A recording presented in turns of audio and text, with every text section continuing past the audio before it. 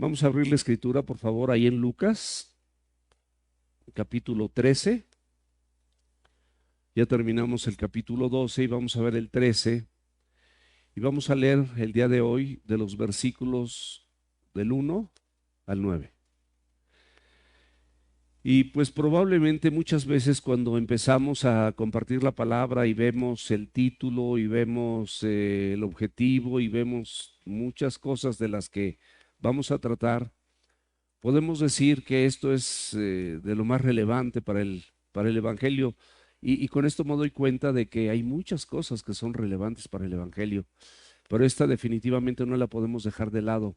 Son dos cosas: el fruto que Dios produce en ti y el arrepentimiento. Sin arrepentimiento no hay fruto. No puedes dar fruto si no te has arrepentido verdaderamente delante de los ojos de Dios.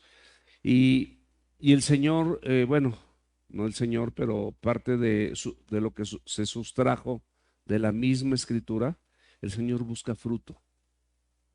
Y esta enseñanza es: vengo a buscar fruto. El Señor quiere fruto, fruto en tu vida, frutos dignos de arrepentimiento, como dice la escritura. Y ahorita vamos a ver más adelante lo que significa el arrepentimiento. Y esto es algo maravilloso porque si tú conmigo abres tu corazón, abres tu mente, permites que el Señor te hable a través de la escritura y reconstruya tu vida, reconstruya tu familia, no va a ser inmediato, pero va a ser un proceso maravilloso.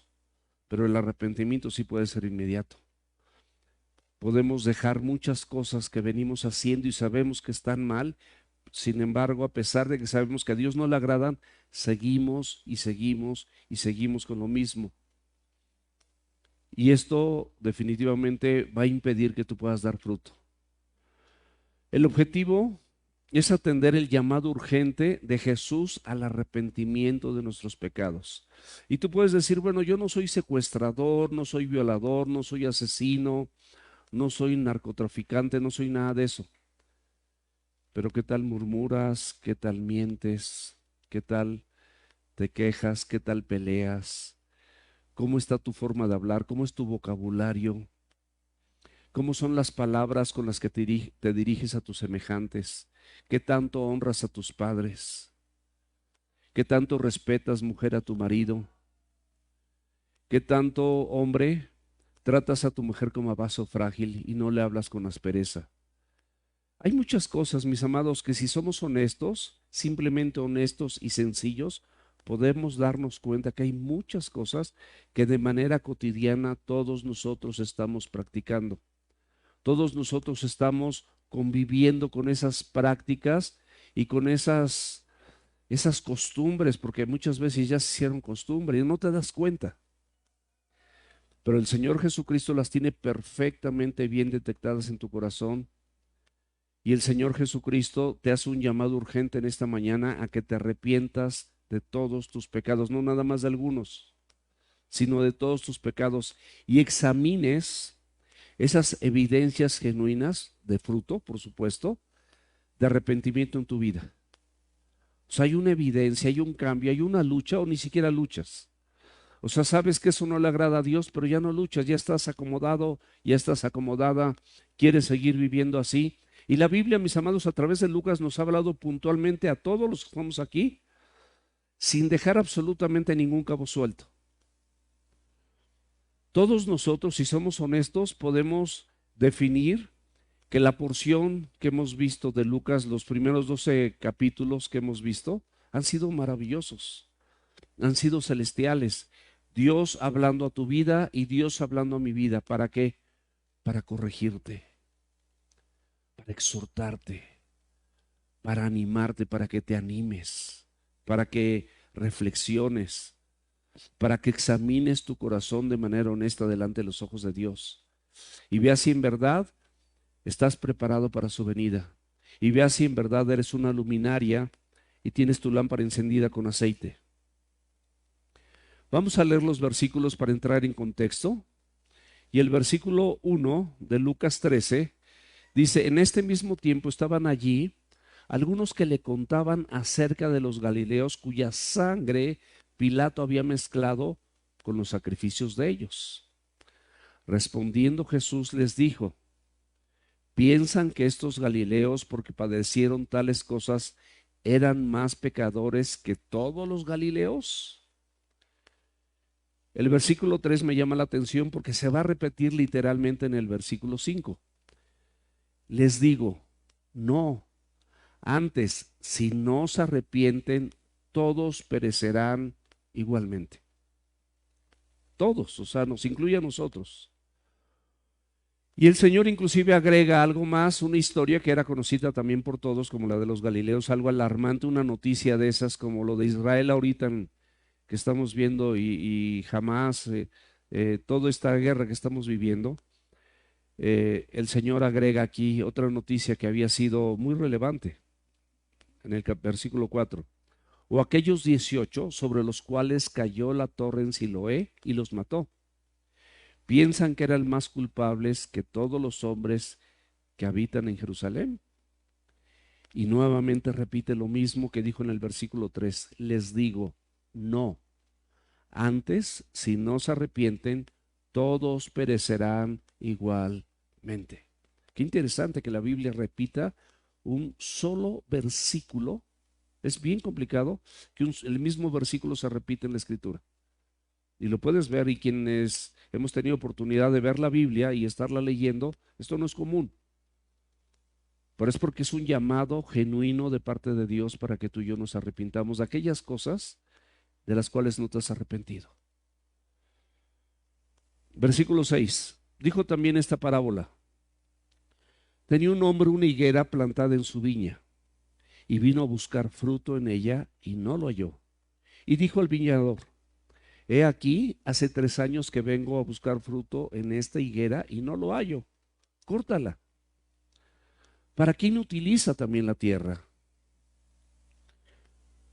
Él entonces respondiendo le dijo: Señor, déjala todavía este año, hasta que yo cabe alrededor de ella y la abone. La gracia y la misericordia de Jesús intercediendo por ti que no estás dando fruto. Y si tiene fruto, bien, y si no, la cortarás después. No puedes dar fruto y al mismo tiempo estar produciendo en tu vida frutos de la carne, obras de la carne, porque no es fruto. El fruto es del Espíritu y las obras son de la carne.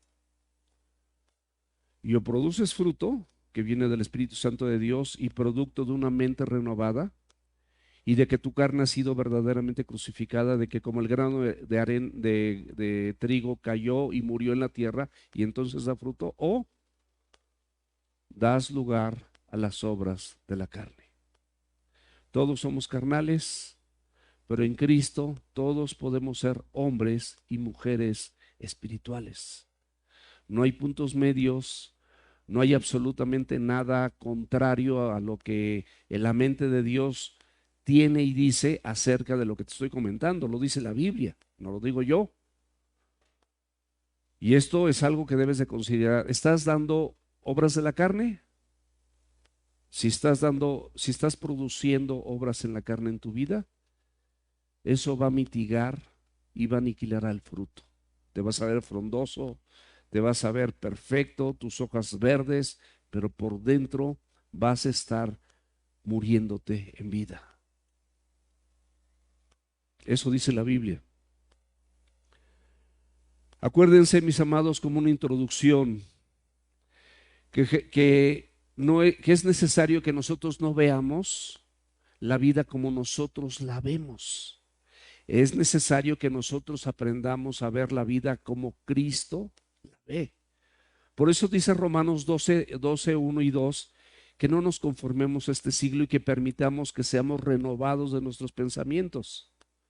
El Señor quiere renovar tus pensamientos porque cuál es su pensamiento en su corazón, dice la Escritura, tal es Él. O sea, eso estás pensando, en eso te conviertes.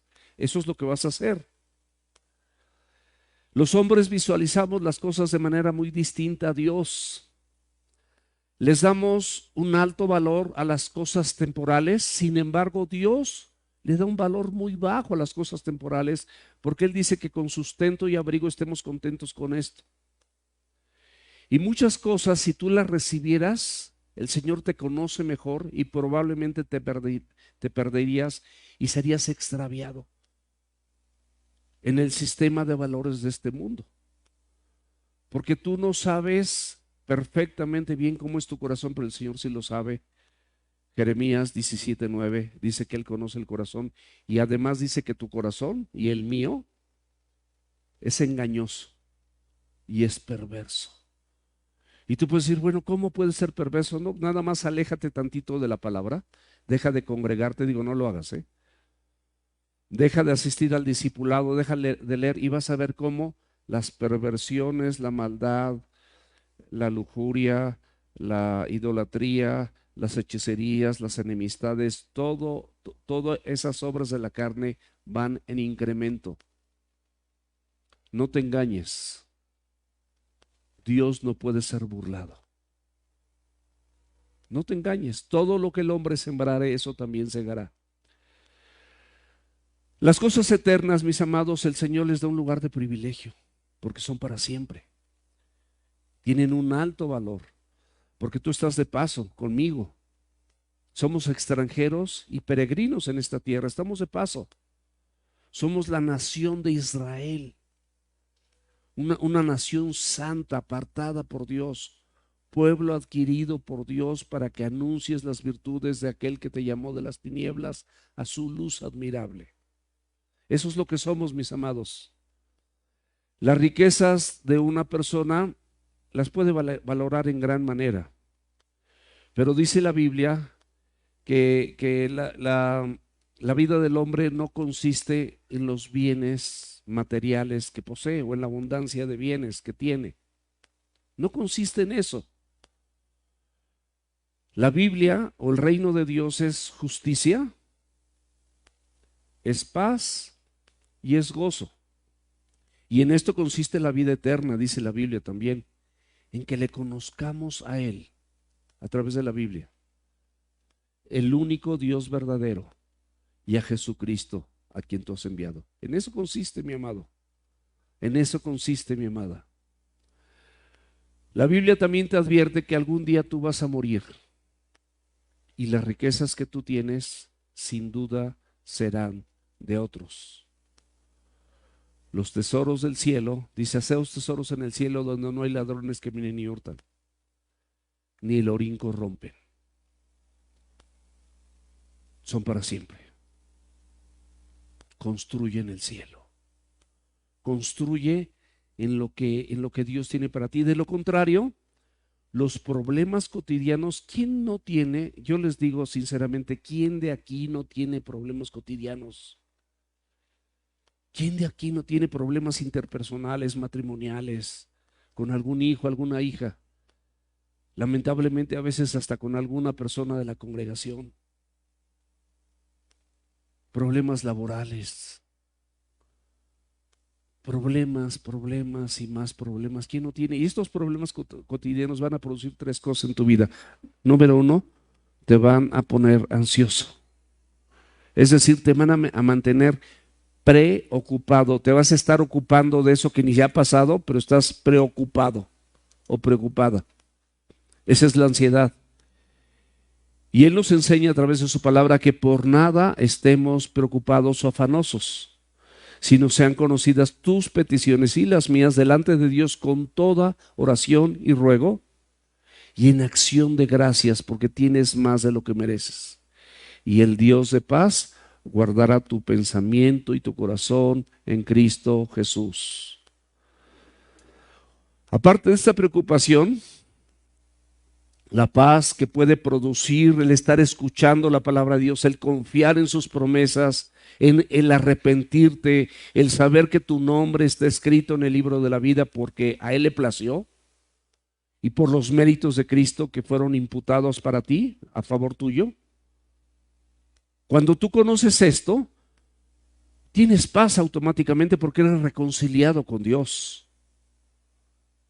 Y esa paz verdadera, cuando empiezas a involucrarte en los problemas cotidianos de esta vida, se va a esfumar, se va a diluir, la vas a perder. Hay un ladrón que vino a hurtar, a matar y a destruir, pero Cristo ha venido para darte vida y vida en abundancia. Y por último, mi amado, vas a dejar de confiar en las ciertísimas promesas que el Dios vivo tiene para sus hijos. Qué hermoso es poder confiar en la Biblia. Qué hermoso es ver que la vida de repente da un vuelco horrible, espantoso, no lo esperabas, inapropiado para ti, para los tuyos, pero cuando volteas a la Escritura y puedes ver lo que dice su palabra y Él te da entendimiento y puedes creer lo que Él dice, te lo aseguro, mi amado, que aunque el río esté revuelto y no se vea cristalino, no se vea para ningún lado, el Señor tiene control de todo y Él te va a proveer, porque eres mayor que las aves, que no siembran ni ciegan, y Dios les da su alimento. Y eres más grande que los lirios del campo. Tú tienes un cuerpo hermoso. Practiquen con Octavio, que es médico. Conmigo yo les puedo decir muy bien de cabeza y cuello, científicamente, médicamente hablando. Como médico, o sea, tantas cosas increíbles que solamente un creador, un diseñador maravilloso, un soberano te pudo haber hecho tan hermoso y tan hermosa como te encuentras en esta mañana. Agradezco a Dios por tu vida. Agradezco a Dios porque estás aquí. Le pido al Señor que este mensaje atraviese tu mente y tu corazón. Le pido al Señor que verdaderamente te arrepientas. Le pido al Señor que verdaderamente esta congregación se convierta en una congregación poderosa en Él para gloria suya, y que alcancemos muchas vidas y muchas familias para Cristo a través de tu mismo testimonio. Cuántas cosas que haces en lo oscuro o en lo privado con las personas que les tienes demasiada confianza como marido y mujer, que luego se tienen ya mucha confianza y se lucen con su lenguaje, con sus actos y con sus acciones, con sus insultos, y luego vienen a la iglesia por el amor de Dios. Eso no es bíblico. Eso no le agrada a Dios. Los noviazgos se construyen con una plataforma bíblica, no por apetitos carnales. El matrimonio, de la misma manera, no se construye por apetitos carnales, se construye conforme al diseño y las instrucciones de un Dios vivo que te ama y que te dice lo que debes de hacer de acuerdo a tu función, de acuerdo a quién eres. Y bueno, decimos entonces, ¿cómo podemos saber qué es lo que tenemos que hacer para saber que nos hemos arrepentido? ¿Cómo puedo saber? Bueno, número uno,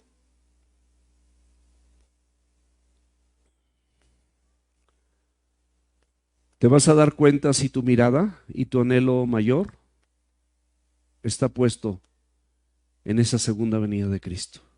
De verdad, que no te sorprenda como ladrón de noche, que estés preparado, que tengas tus lámparas encendidas, llenas del Espíritu Santo de Dios, y que la Biblia, la palabra de Dios, esté tan fresca en tu mente y en tu corazón, que de la abundancia de tu corazón hable tu boca con cualquier persona, pero de la misma manera tenga congruencia lo que hablas con lo que vives.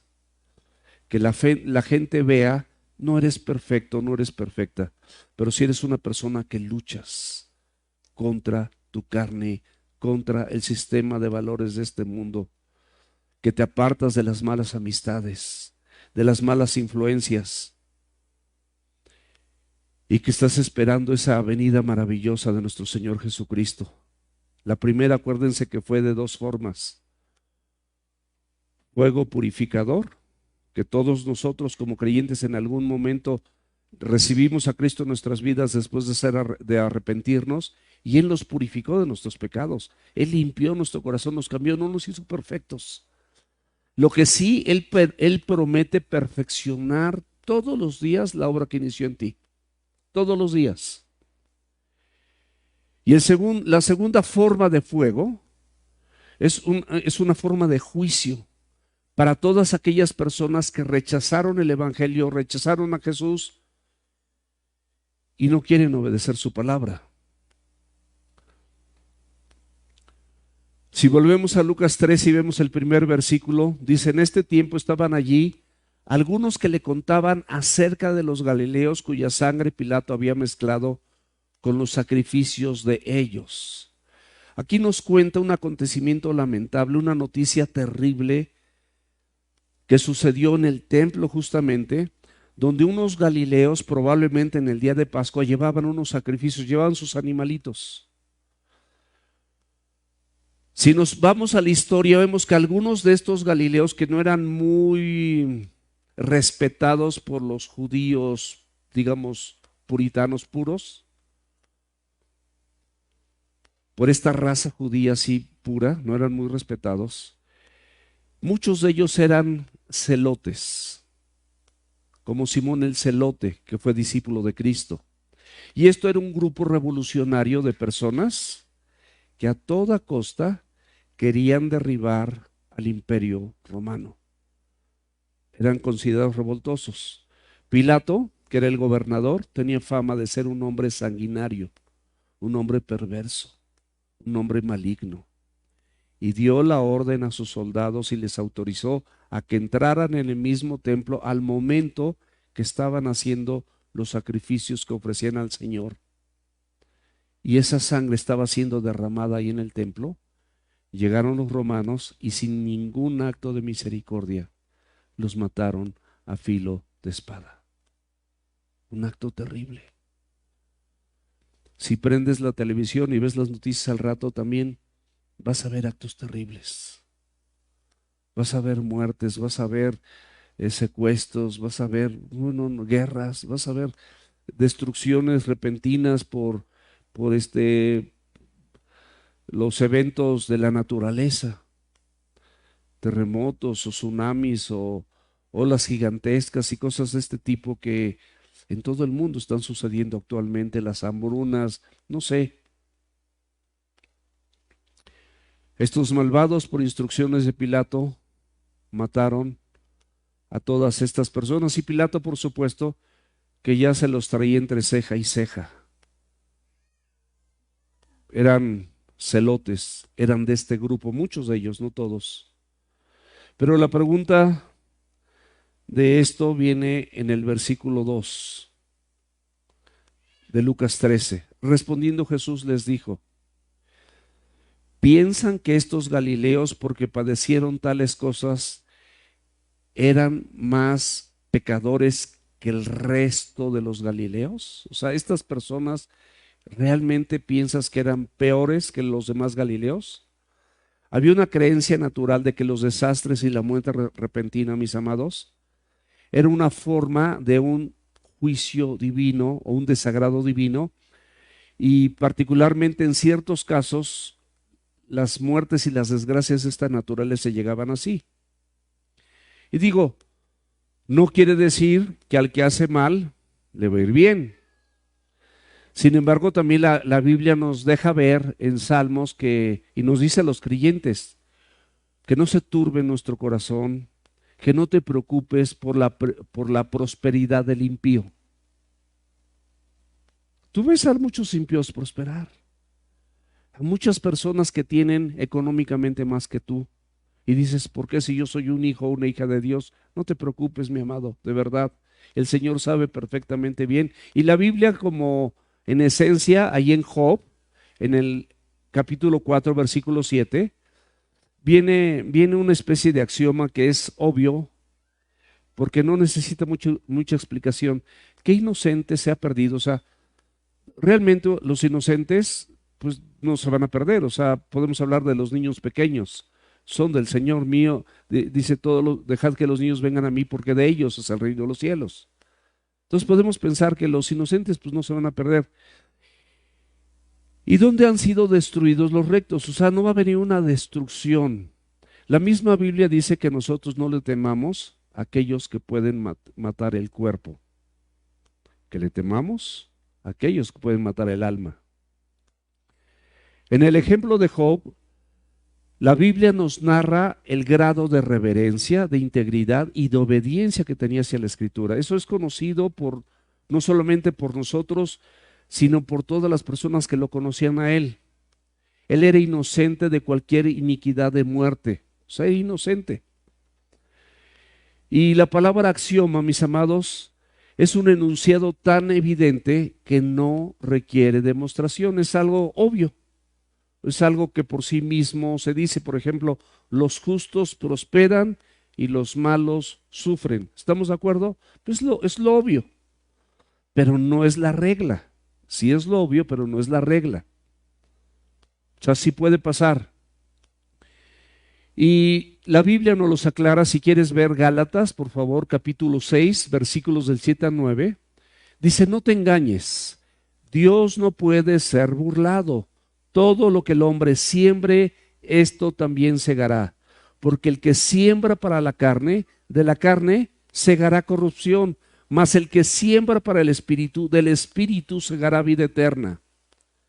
No nos cansemos, pues, de hacer el bien, porque a su tiempo segaremos si no nos damos por vencidos o si no desmayamos.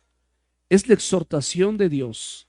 No te canses de hacer el bien.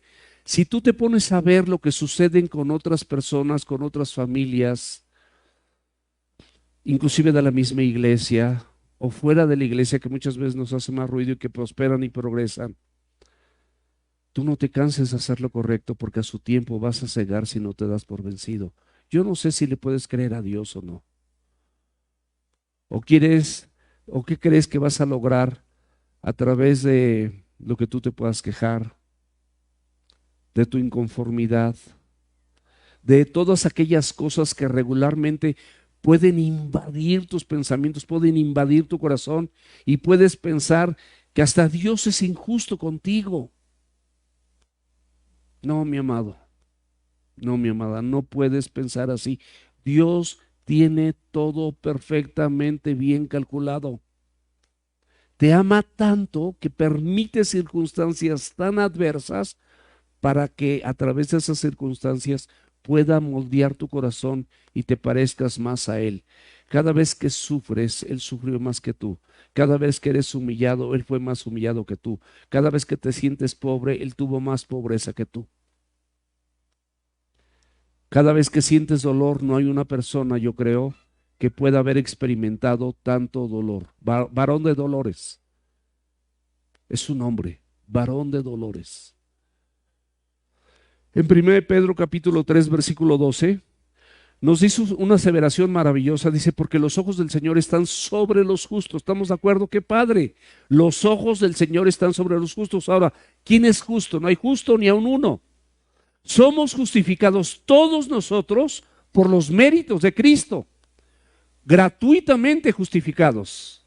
Él ganó esa justicia al presentar, valga la redundancia, esa misma justicia para su Padre Celestial, derramando sangre inocente que nunca pecó, y con eso satisfizo los deseos y las implementaciones de la ley que te llevaban a muerte. Y por esos méritos, tú y yo podemos ser justos. Y dice la Biblia que los ojos del Señor están sobre los justos y sus oídos, escúchame bien, atentos a sus oraciones.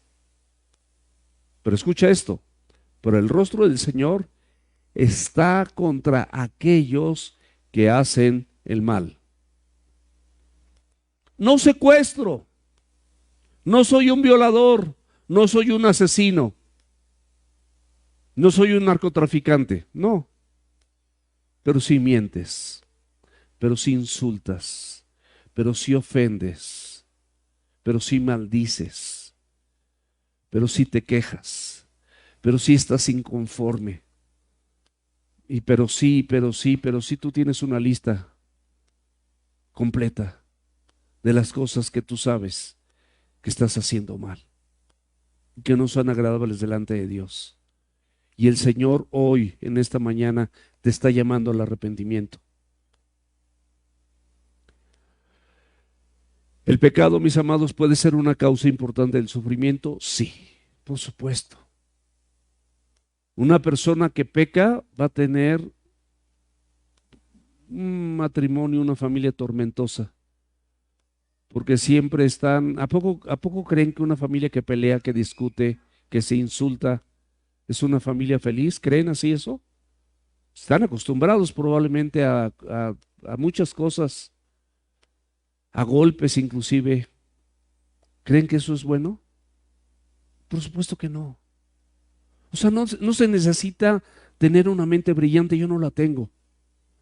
Y muchos aquí probablemente sí la tengan brillante. Pero como la tengamos, esto es sentido común, mis amados.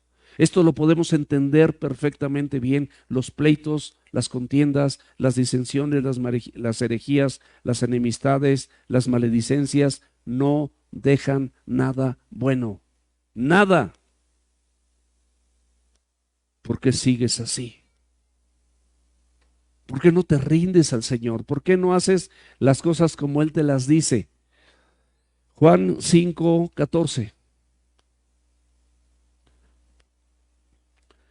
Está hablando de un paralítico que fue sanado en Bethesda. Después le halló Jesús en el templo y le dijo: mira, has sido sanado. O sea, ve lo que Dios hizo contigo, a pesar de ti, tuvo misericordia y gracia. Qué bueno que estás en el templo. Y el Señor Jesucristo, que es omnisciente, seguramente sabía que esta persona había hecho cosas muy malas o malas. Y a causa de eso probablemente había acabado enfermo. Y te lo repito, le halló Jesús donde en el templo y le dijo: mira, has sido sanado, no peques más, no peques más, para que no te venga alguna cosa peor. Porque el pecado, por supuesto, te puede traer algo que no es bueno. Si tú estás pecando, estás cerrando en el blanco, no estás caminando como Cristo dice que debes de caminar. Ciertamente Dios envió castigos importantes a personas y a pueblos a causa de su pecado. Y podemos pensar en los impíos, pero quiero hacer un comentario común en las iglesias, en todas. Todos sabemos de la Cena del Señor. Ya tiene rato que no la hacemos, tenemos que celebrarla pronto. ¿Qué significa la Cena del Señor? La Cena del Señor no es otra cosa más que un memorial, algo para que no te olvides de lo que Cristo hizo en la cruz por ti, de cómo su cuerpo fue flagelado, triturado y quebrantado, y cómo Él derramó su sangre. Por eso los elementos centrales de esta celebración, de este memorial, es simbólicamente con un pan que representa el cuerpo de Cristo, y la sangre nos recuerda, el juguito de uva nos recuerda la sangre que Cristo derramó en la cruz por ti y por mí. Es algo que el Señor no quiere que olvidemos como iglesia, que lo tengamos presente, porque eso es lo que te tiene finalmente aquí, me tiene a mí también aquí. Y eso es lo que te da la oportunidad hoy para que te arrepientas, porque no te has arrepentido y guardas todavía muchas cosas. Pero esto es común en la iglesia. Vamos a leer 1 Corintios, si quieren acompañarme, en el capítulo 15, de los versículos del 27 al 30. Y hablando de esta celebración, de este memorial de la Santa Cena del Señor, nos asevera la Escritura, de manera que cualquiera, está hablando a creyentes o a personas que están en una iglesia donde esto se celebra, que comiere este pan que simboliza el cuerpo de Cristo y bebiere esta copa que es el juguito de uva que nosotros tomamos, recordando la sangre que fue derramada por Cristo, bebiere esta copa del Señor, y dice una palabra importante: indignamente. Indignamente, lo dice 2 veces en estos versículos. Cuando el Señor dice algo, lo repite, es porque es muy importante. Será culpado del cuerpo y de la sangre del Señor. Y ahorita lo vamos a explicar rápidamente.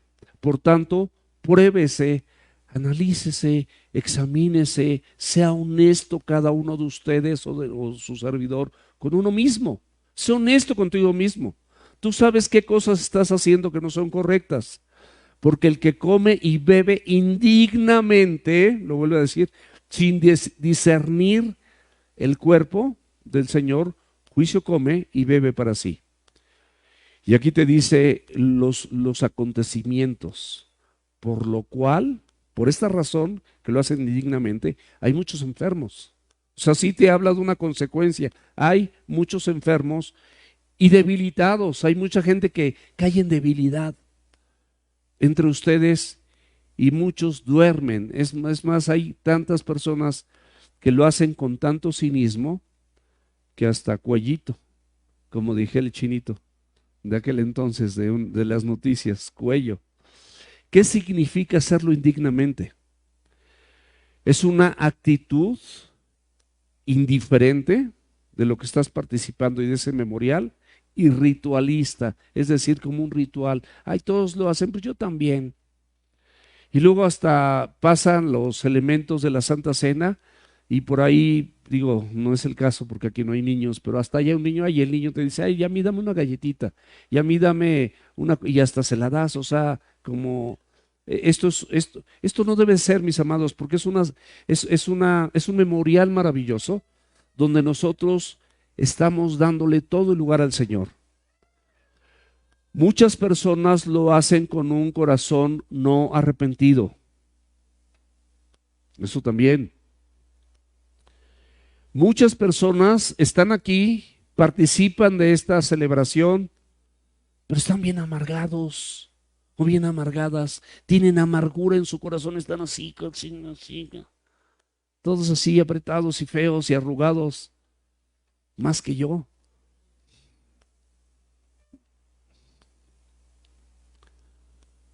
Cualquier distorsión no piadosa, o sea, cualquier diferencia en tu vida que no vaya conforme a la Escritura. Vienen a la mesa del Señor aferrados a su pecado personal, aferrados, atados, no lo quieren soltar. Con esto no solamente distorsionan el memorial, mis amados, sino pisotean el cuerpo y la sangre de Cristo. El sacrificio de Cristo lo observan con ligereza. A pesar de esto y muchas otras cosas aquí dentro de la iglesia y fuera de la iglesia, Dios muchas veces extiende su gracia y su misericordia y no recibes lo que mereces. Eso es misericordia. Que merezcas algo. Si robas, ¿qué mereces? Cárcel. El robo está penado con cárcel. No importa la cantidad de lo que hayas robado, el robo está penado con cárcel. Y es cárcel, punto. Pero Dios tuvo misericordia de ti. Si manejas borracho o manejas con los efectos de alguna droga, es muy probable que tengas un accidente automovilístico, ¿sí o no?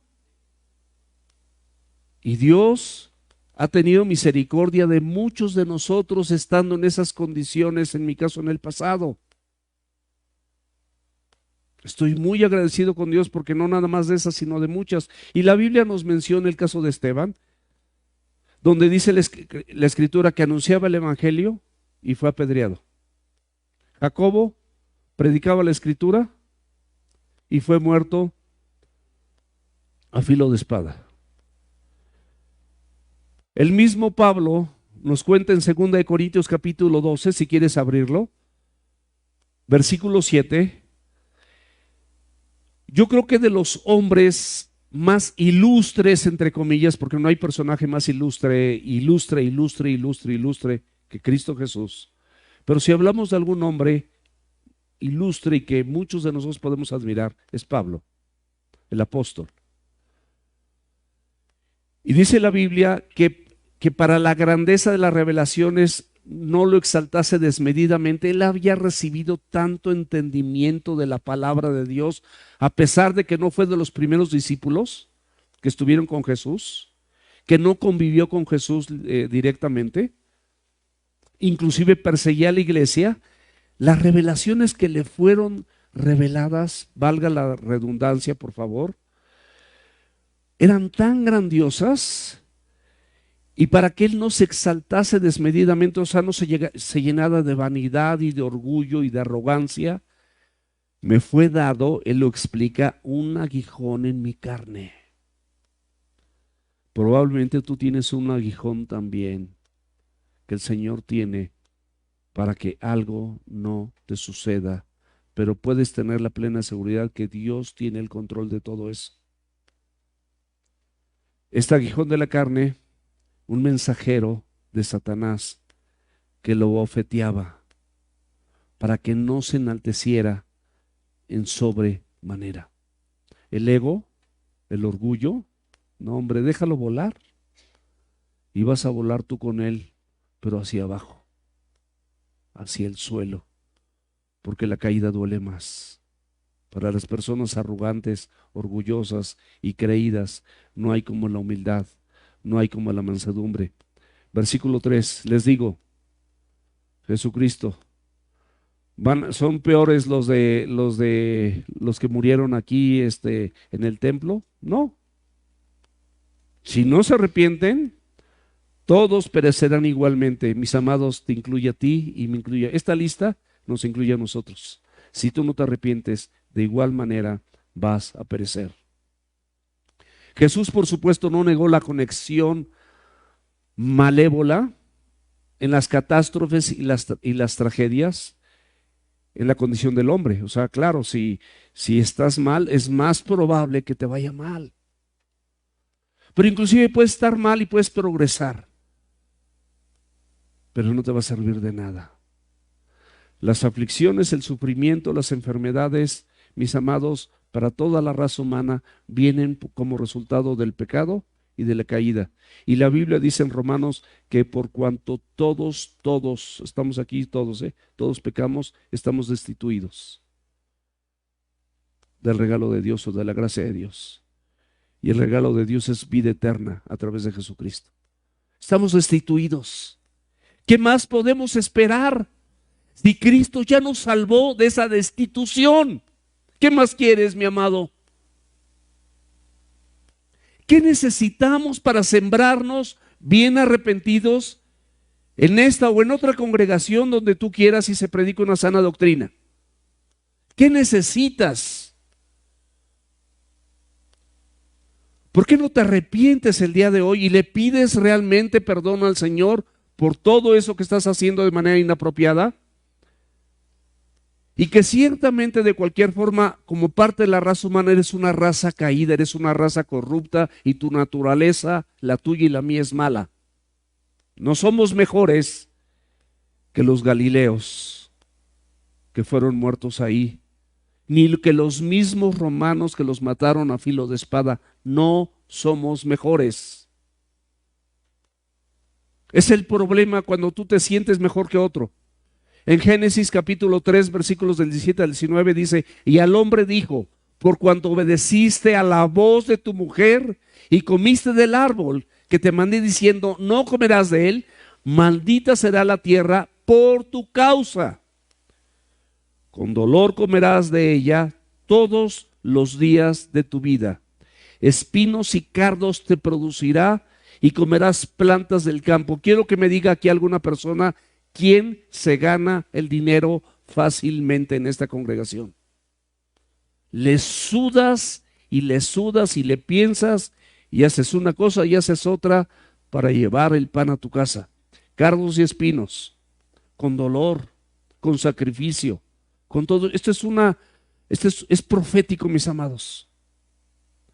No sales y encuentras así en la calle y encuentras unos chilaquiles para desayunar, o sí, ¿quién salió y encontró unos chilaquiles o una barbacoa?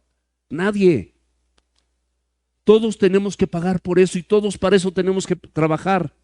Con el sudor de tu rostro comerás el pan hasta que vuelvas a la tierra, porque de ella fuiste tomado. No eres más que polvo. Si el Señor hizo una creación tan hermosa como lo eres, esa es obra de un artista, de un soberano, del Dios todopoderoso, del Dios del universo, del Creador. Por eso eres así, con tanta belleza, hombre y mujer. Pero el Señor dice, pues polvo eres y al polvo volverás. Así somos, mis amados. Ciertas calamidades específicas pueden ser resultado también de ciertas iniquidades. Proverbios 24:16. Fíjate lo que dice la Biblia. Porque 7 veces cae el justo. O sea, no quiere decir que el justo nunca va a caer. ¿Por qué? Porque es un hombre o una mujer con una tendencia a caer, a la caída, a equivocarse. El Señor lo sabe. Y 7 veces va a caer el justo, pero vuelve a levantarse de todas ellas. Pero fíjate cómo concluye este versículo 16 de Proverbios 24. Mas los impíos caerán en el mal. Cristo, mis amados, realmente cuestionó la creencia de algunas personas de esa superioridad moral o espiritual que tienen sobre otras. Lamentablemente hay personas que pueden sentirse buenos, que lo que no hacen no es tan mal, que lo que anhelan no es tan peor, que esto pues todo mundo lo hace, pues es lo normal, es esto, y hay 1000 argumentos para este tipo de cosas, mis amados. Pero Cristo realmente cuestionó esta creencia popular de esta superioridad espiritual, aparente o moral aparente, y piensan que bueno, pues ellos sí van a sufrir catástrofes, yo no. Mis amados, no te equivoques. El llamado es para todos, para ti y para mí. De igual manera que los de Siloé, y que mencionan en estos versículos, y que los de Galilea, y que los ladrones que están allá afuera, todos tenemos que proceder al arrepentimiento, sin excepción. Porque no hay persona aquí que si no se arrepiente no vaya a sufrir en algún momento dado destrucción repentina. Hay personas que conocen la palabra de Dios y están aquí en la congregación, pero de todas formas no la obedecen. ¿Estamos de acuerdo? Están aquí en la congregación, conocen la Biblia, han memorizado, se han discipulado, están en una célula, pueden hasta servir y hasta compartir la Biblia como su servidor. Pero ¿qué sucede si yo hago todo esto y aparte no obedezco? No estaría bien. Seguramente muchos de ustedes dirían, no, pues yo creo que ya vamos a otra congregación porque lo que dicen ahí al frente no tiene que ver absolutamente nada con lo que el pastor está viviendo. Y pueden pensar esto, no lo obedecen. Pero estas personas que conocen la Escritura corren el mismo riesgo o mayor que las personas que no conocen la palabra de Dios y que tampoco la obedecen porque no la conocen. Porque la Biblia, como vimos en Lucas 12, al que más se le da, más se le demandará. ¿Estamos de acuerdo? Entonces, los que tenemos ya tiempo aquí en la congregación tenemos más responsabilidad de vivir lo que Cristo dice, porque no eres mejor, tus puntos de vista no son mejores que los de Él, no eres más sabio que Dios. No eres más sabio que Dios. A nadie, mis amados, de esta iglesia o fuera de esta iglesia, se le garantiza que tendrá unos minutos extra o tiempo extra para arrepentirse antes de morir. El Señor puede pedir tus tenis hoy y tú no lo sabes, ni yo lo sé. Hoy cumplo 66 años para la gloria de Dios. No necesito de verdad ningún festejo. Agradezco las felicitaciones de algunos de ustedes, les amo, pero no es eso. Agradecería sus oraciones. De verdad se los digo, para que el Señor los años que me permita, 1, 2, 3, 20, 25, no sé, pueda estar compartiendo el Evangelio y pueda vivir las verdades que el Evangelio me anuncia para vivirlas. No hay nada más extraordinario que esto. Por eso, mis amados, hoy y ahorita es tiempo de arrepentimiento. ¿No me lo crees? Te lo sustento con la escritura. Abre la Biblia en 2 de Corintios capítulo 6, versículo 2. En tiempo aceptable te he oído, en día de salvación te he socorrido. He aquí, ahora, el tiempo aceptable. He aquí, ahora, el día de salvación. Nadie tiene escrito su nombre en el libro de la vida si no se ha arrepentido. Hay un arrepentimiento para salvación. La mayor parte de los que estamos aquí probablemente lo hayamos experimentado y es maravilloso. Pero hay una práctica continua y cotidiana del arrepentimiento porque nos equivocamos todos los días en algo. Y es importante que te arrepientas de eso que te equivocas, le pidas perdón a Dios y te garantizo que si tú tienes esa práctica continua, tú verás tu vida más envuelta en santidad.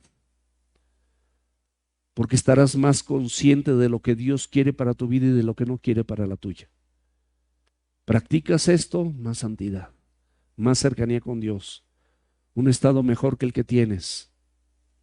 Porque el arrepentimiento es el único escape para evitar el juicio de Dios. No hay otro, mis amados. En Juan 3:36 dice: el que cree en el Hijo tiene la vida eterna, pero el que rehúsa creer en el Hijo no verá la vida, sino que la ira de Dios está sobre él. Ahora, tú puedes creer en el Hijo, como dice Santiago 2:19, que los demonios creen en el Hijo, y lo vemos. Jesús, Hijo del Dios viviente, Hijo del Dios, Hijo del Altísimo. Así lo reconocían los demonios. ¿Qué diferencia tienes en creer en Él como los demonios? Créele a Él también. Cree lo que está aquí escrito. Cree lo que dice la Biblia. Ese versículo que vimos anteriormente advierte proféticamente el juicio inminente hacia la nación de Israel. No olvidemos, mis amados, que nosotros somos el Israel de Dios. Según Gálatas 6:16. Somos el Israel de Dios. Y el juicio y esta destrucción repentina vino tal y como el Señor lo dijo y como lo predijo. Y lo puedes ver ahí en Mateo 23, del 36 al 38. Y esto lo avala la historia, lo avala la geografía, lo avala no necesariamente una persona que cree en la Biblia. Estos son acontecimientos históricos. Dice: de cierto les digo que vendrá sobre esta generación. O sea, él estaba hablando que a esa generación, después de 70 años de que él murió, a esa generación iba a vivir esto. Jerusalén, Jerusalén, que matas a los profetas. O sea, le está hablando a los judíos, al pueblo de Israel, que matas a los profetas. ¿A cuántos profetas mataron? A él mismo lo quisieron matar. Apedreas a los que te son enviados, como Esteban. ¿Cuántas veces quise juntar a tus hijos, como la gallina junta sus polluelos debajo de las alas, y no quisiste? Tú también puede que no quieras y que tengas endurecido tu corazón. Mi amado, mi amada, dispón tu corazón de verdad delante de los ojos de Dios. He aquí, vuestra casa le será dejada y será desierta. Qué horrible es que la gloria y la bendición de Dios sean apartadas de tu vida. Así le pasó a Israel. Israel fue quemada en aquel entonces, lo puedes ver, en los años 70, después de Cristo. Fue quemada y hecha cenizas. Versículo 4. O aquellos 18 sobre los cuales cayó la torre de Siloé y los mató, ¿piensan que eran más culpables que todos los hombres que habitan Jerusalén? El mismo Señor Jesucristo pone otro acontecimiento lamentable, alguna noticia, otra noticia también muy conocida por todos, donde esa torre que estaba frente al estanque de Siloé había matado a 18 personas y habían muerto trágicamente. Esas 18 personas, ¿tú crees que porque murieron trágicamente tú eres mejor que ellas? Eso les preguntaba a los judíos. Y hay personas que mueren aquí de manera repentina, de manera trágica. ¿Tú crees que tú eres mejor que esas personas? ¿Creyente? ¿Hombre o mujer? Versículo 5, les digo, no. Antes, si no se arrepienten, todos perecerán igualmente. Como les digo, Jesús utiliza las mismas palabras, letra por letra, línea por línea, palabra por palabra, en el versículo 3 y en el versículo 5 de estos versículos 9 que estamos revisando. Segunda de Corintios capítulo 7, versículo 10. Fíjate qué importante es esta. Dice, porque la tristeza que es según Dios produce arrepentimiento para salvación. O sea, cuando yo hasta el día de hoy les prometo, y Dios lo sabe, me duele mi pecado. Muchas cosas lamentables que yo viví me duelen hasta el día de hoy. Me producen tristeza, digamos. Señor, perdóname, ya me perdonó. No estoy viviendo condenado ni nada.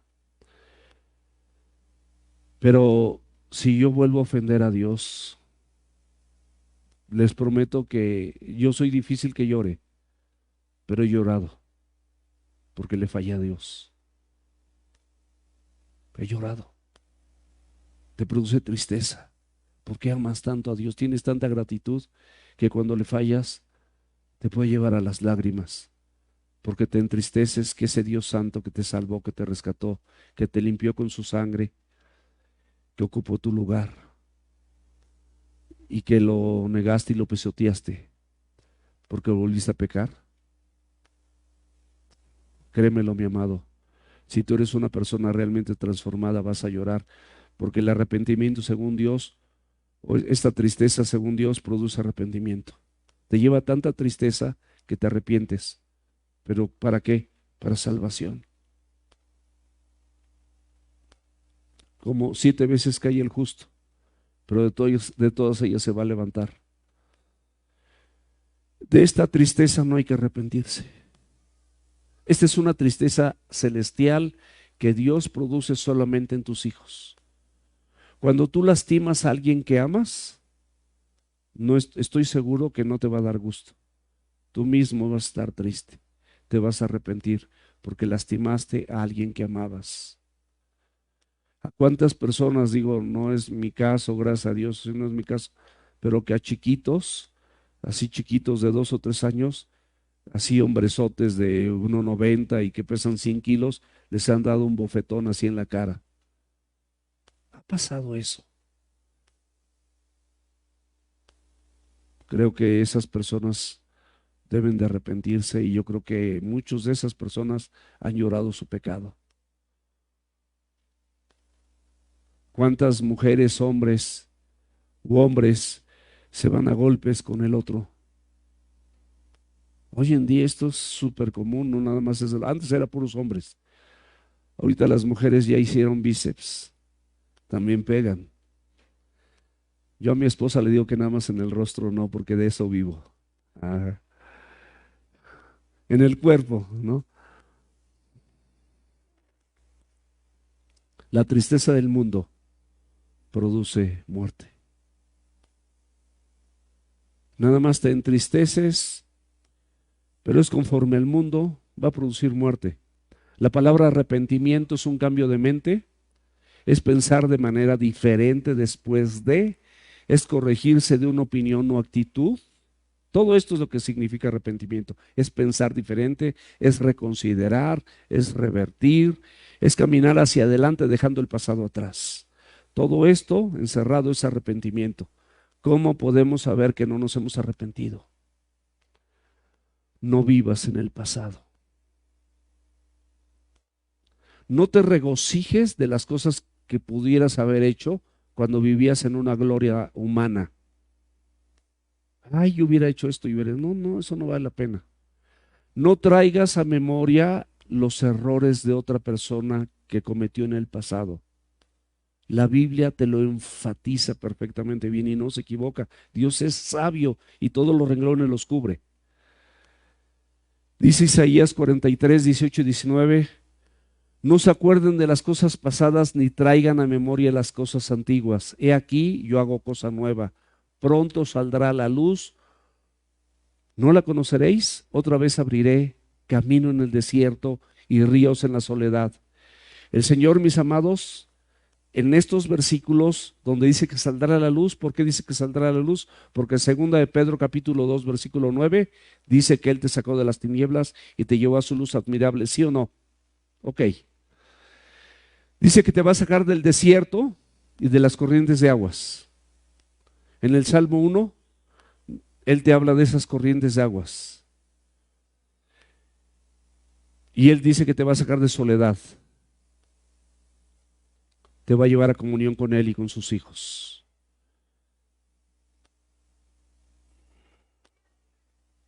El que encubre sus pecados no prospera, mas el que los confiesa y se aparta alcanza misericordia. Y luego vamos a terminar nada más con una parábola que la vamos a ir leyendo y la vamos a ir explicando. Y digo también esta parábola. Tenía un hombre una higuera plantada en su viña y vino a buscar fruto en ella y no lo halló. Este hombre, mis amados, es Dios, que tiene una viña, tú eres parte de su viña junto con Israel. Y allí hay plantitas como tú y como yo. Y hay un viñador que es Jesucristo. Entonces, Él tiene mucho cuidado y Él a través de alguien te invitan a alguna congregación donde la doctrina que se predique sana es pura Biblia, como aquí, gracias a Dios. Aquí se predica pura Biblia. Y ahí te planta con mucho cuidado. Pero Él espera para que te planta, para que des fruto. Tú estás plantado aquí. Esto es una analogía contigo y conmigo para que demos fruto.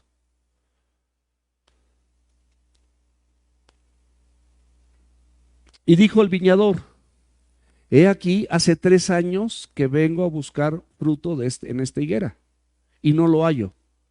Córtala. ¿Para qué inutiliza también la tierra? Yo espero, mi amado, mi amada, que tu silla esté siendo ocupada con honor para Dios, con un honor santo, porque Él está esperando, tú que escuchas este mensaje, que seas una persona que estés dando fruto. Él maldijo una higuera y la higuera dejó de dar fruto. Pero cuando la maldijo, seguía frondosa. Hasta el día siguiente, según Marcos, se notó que se marchitó.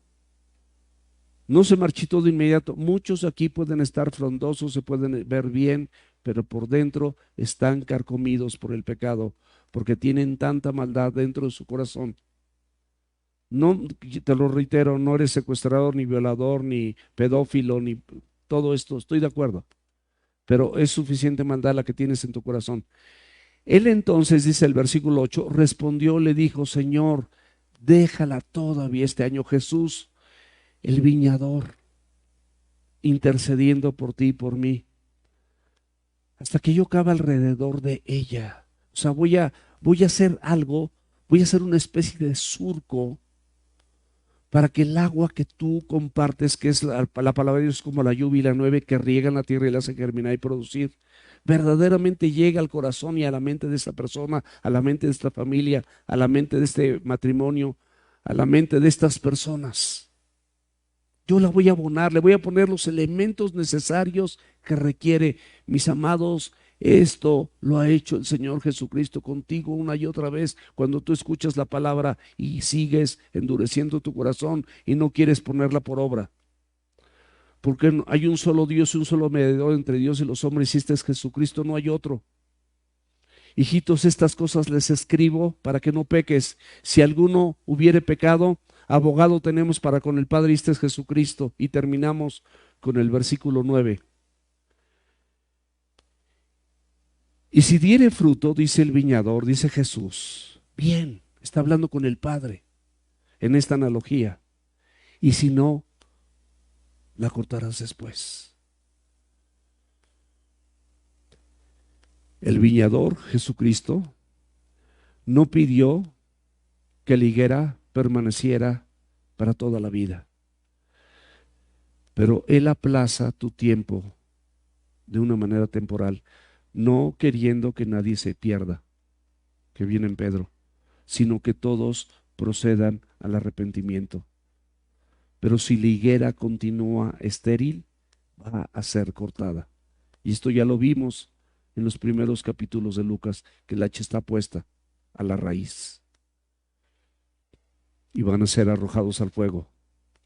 Terminamos con Mateo 7, del 19 al 20. Todo árbol que no da buen fruto es cortado y echado en el fuego. Así que por sus frutos los conoceréis. No todo el que me dice, Señor, Señor, entrará en el reino de los cielos, subráyalo, sino el que hace la voluntad de mi Padre que está en los cielos.